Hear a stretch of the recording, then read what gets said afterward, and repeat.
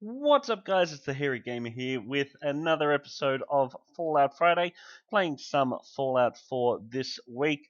As you can see in one of my main settlements, just have someone walk across the screen. That's perfectly fine.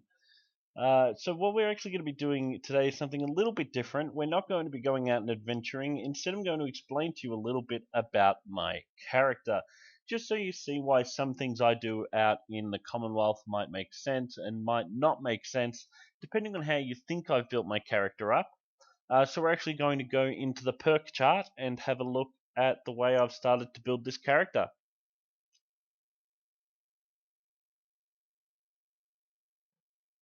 Okay, there we go. So up the top, you can see the special. We've got our strength set to 4, which isn't too bad, but I do want to start moving that upwards a little bit now, I think. By the way, in the bottom left corner, you can see I'm level 27. So the strength we've got set to 4. At this point, we're going to put some more into that with some upcoming levels.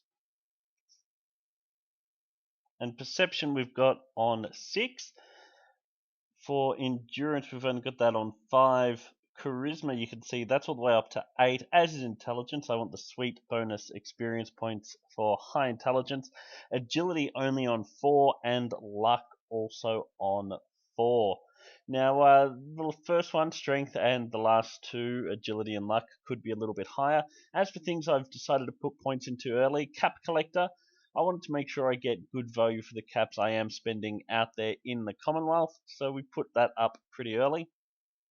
As well as that, you notice mainly I use pistols, so anything involving pistols we have put up in our stats as well, just to make sure we are fully ready. Eventually we will get that all the way.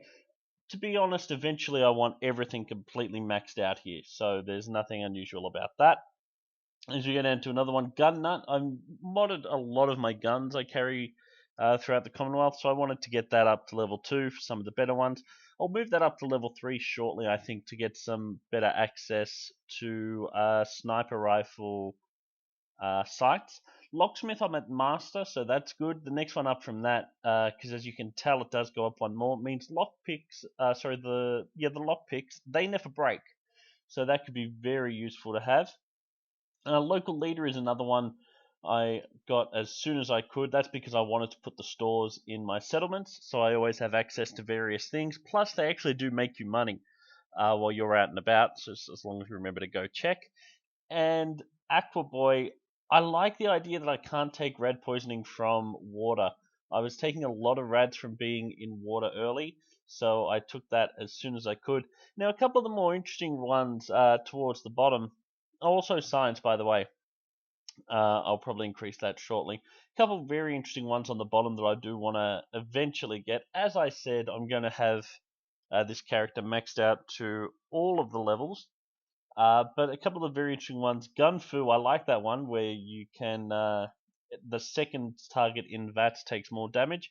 Ricochet, bullets can ricochet off you and back on your opponent to kill them. Solar powered, I do a lot of my stuff in the day, mainly so I can see a bit easier.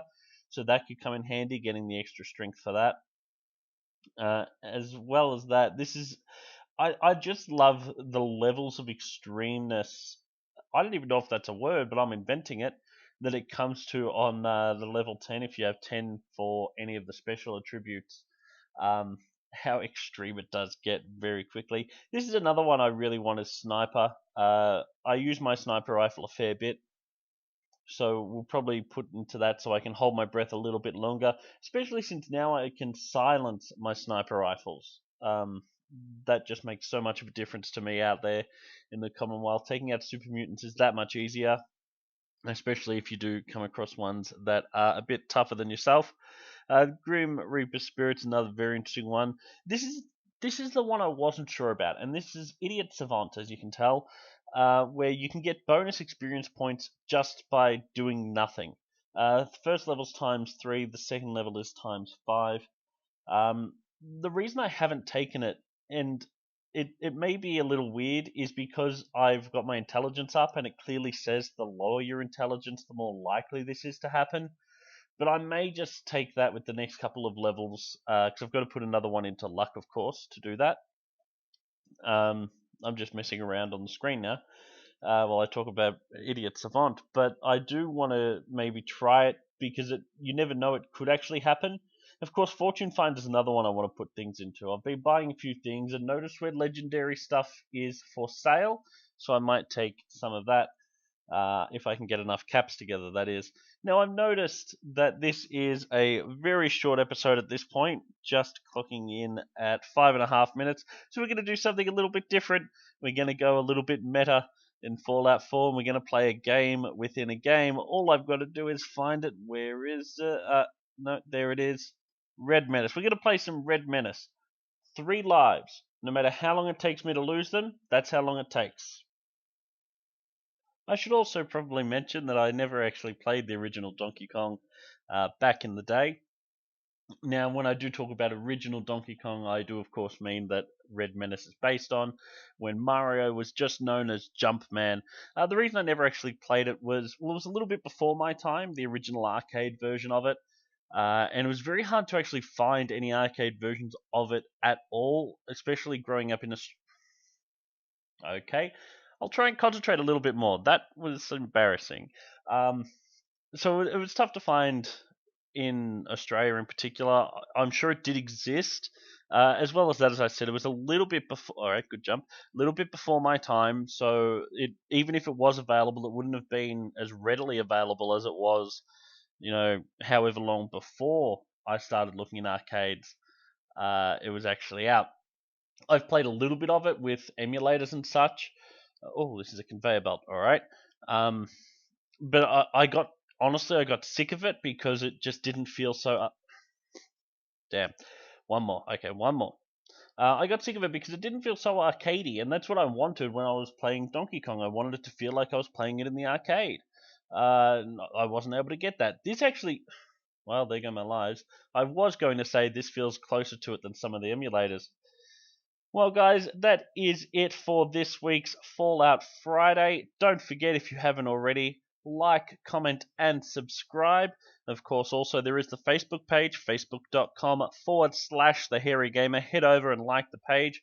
Upload things each and every day, so make sure you do head over there and check that out. Guys, have a great weekend, whatever it is you are up to. And of course, I will be back next Friday with some Fallout 3 in our Fallout Friday. But of course, before that is Monday's Behind the Beard. Guys, have a great weekend, and I'll talk to you on Monday.